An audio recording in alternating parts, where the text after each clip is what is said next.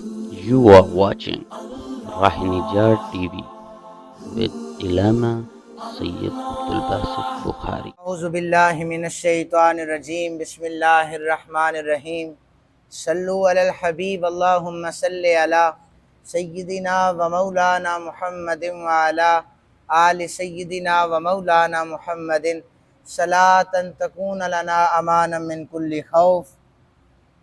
ہمارا جو عنوان جاری تھا وہ نبی پاک صلی اللہ علیہ وآلہ وسلم کی قبر مبارک پہ حاضری کے حوالے سے تھا۔ آج 4 احادیث مزید آپ سماعت فرمائیے۔ صحیح سند کے ساتھ یہ روایات میں آپ حضرات کے سامنے پیش کر رہا ہوں۔ امام حاکم جو رئیس المحدثین ہیں انہوں نے بھی فرمایا ہے کہ اس کی اسناد جو ہیں ان احادیث کی وہ بالکل ٹھیک ہیں۔ روایت سنیے، حضرت داؤد بن صالح روایت کرتے ہیں کہ ایک دن خلیفہ جو تھا اس وقت کا وہ مروان یہ آیا تو اس نے دیکھا نبی پاک صلی اللہ علیہ وآلہ وسلم کی قبر مبارک پر کوئی شخص اپنے چہرے کو جھکائے ہوئے اس طرح اپنی گالوں کو رسالت مآب صلی اللہ علیہ وسلم کے روضے پاک کے ساتھ لگائے ہوئے تھا۔ اس نے کہا مروان نے، کیا تم جانتے ہو کہ کیا کر رہے ہو؟ آج بھی آپ جائیں نا روضہ رسول صلی اللہ علیہ وسلم پر تو آپ کو کہا جاتا ہے کہ یہ کہاں سلام کیوں کر رہے ہو، دعا کیوں کر رہے ہو، کعبہ شریف کے طرف منہ کر کے پڑھو، یہ کچھ نہیں دے سکتے، وہ شرک کہہ دیتے ہیں اس کو۔ لیکن انہیں کیا پتا کہ صحابہ کرام کا عقیدہ کیا تھا۔ مروان نے کہا اس شخص کے یہ جھک کر کیا کر رہے ہو یہاں پر؟ تو اس آدمی نے جب مڑ کے دیکھا تو وہ کوئی اور نہیں تھا، میرے آقا کریم صلی اللہ علیہ وسلم کے سامنے بیٹھنے والے صحابی حضرت ابو ایوب انصاری رضی اللہ تعالیٰ عنہ تھے۔ انہوں نے خوبصورت جواب اس کو دیا۔ آپ نے فرمایا، میں جانتا ہوں کہ میں کیا کر رہا ہوں، میں اپنے پاک نبی صلی اللہ علیہ وآلہ وسلم کی بارگاہ میں آیا ہوا ہوں اور میں کسی پتھر کے پاس نہیں آیا ہوا، میں اپنے آقا کریم صلی اللہ علیہ وسلم کی بارگاہ میں آیا ہوا۔ تو یہ انداز تھا حضرت ابو ایوب کا کہ وہ کس انداز۔ مروان چپ ہو گیا، ظاہر ہے ایک صحابی رسول تھے، انہیں کیسے وہ جواب دیتا۔ انہوں نے کہا میں کسی پتھر کے پاس نہیں آیا۔ اس کو امام طبرانی نے، امام حاکم نے صحیح کہا ہے۔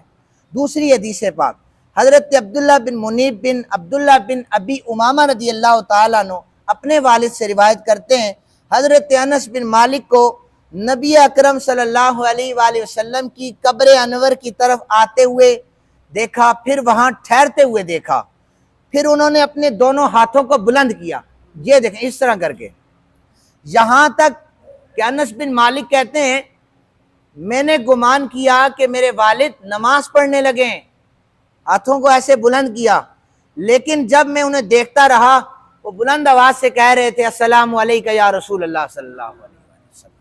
اس حدیث پاک کو امام بہقی نے اور قاضی ایاز مالکی رحمۃ اللہ تعالی علیہ نے لکھا ہے اور ان کی اسناد بھی ٹھیک ہے۔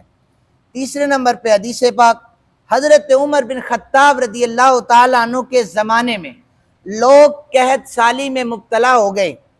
ایک صحابی رسول جنہوں نے سنا دیکھا کہ قحط سالی مدینے میں آ چکی ہے، وہ اپنے تئی قبر مبارک پر حاضر ہو گئے۔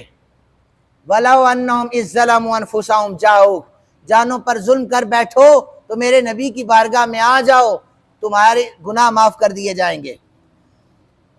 یہ صحابی رسول قبر مبارک پر حاضر ہو گئے اور وہاں جا کر اب کہنے کیا لگے، عرض کرنے لگے یا رسول اللہ صلی اللہ علیہ وآلہ وسلم استسقِ لِأُمَّتِکَ فَإِنَّهُمْ قَدْ هَلَكُوا، یا رسول اللہ آپ اپنی امت کے لیے سیرابی مانگیں، اپنی امت کے لیے اللہ سے بارش مانگیں۔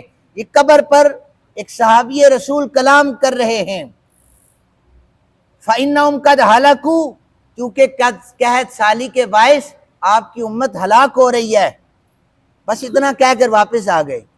خواب میں میرے آقا کریم صلی اللہ علیہ وسلم تشریف لے آئے۔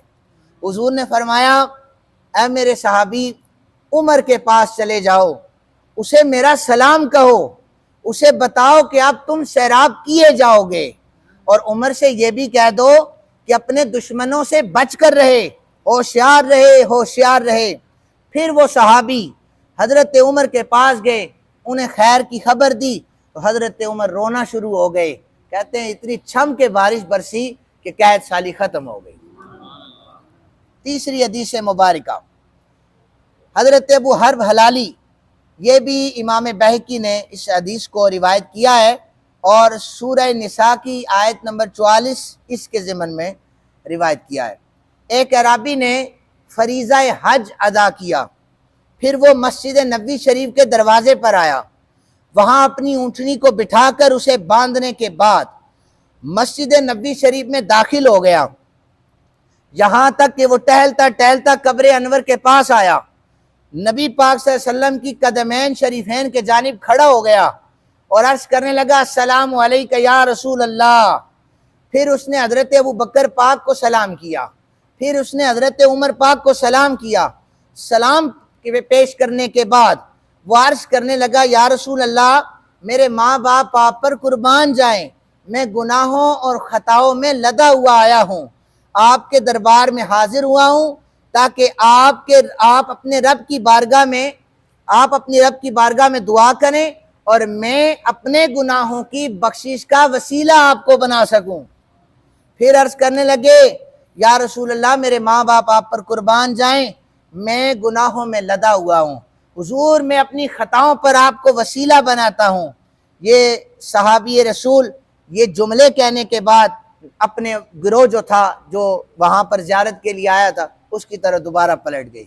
سامعین محترم، یہ عقیدہ ہے نبی پاک صلی اللہ علیہ وآلہ وسلم کے صحابہ کا، اور یہی عقیدہ 1400 سال بعد محبت والوں کا عقیدہ ہے۔ محبت جسے اللہ عطا کرتا ہے یہ عقیدہ اسی کو نصیب ہوتا ہے، یہ کسی کا محتاج نہیں ہے کہ کسی ایک مسلک کو مل جائے۔ یہ محبت کسی ایک مسلک کی، میں نہیں کہتا کہ فلاں مسلک محبت والا ہے، جتنے بھی مسالک ہیں، جتنے بھی ان میں لوگ ہیں، جو میرے آقا کریم صلی اللہ علیہ وآلہ وسلم سے پیار کرتا ہے، آقا کریم صلی اللہ علیہ وسلم اسے نوازتے ہیں۔ اللہ تعالیٰ سے دعا ہے اللہ تعالیٰ ہمیں ادب مصطفیٰ، محبت مصطفیٰ عطا فرمائے۔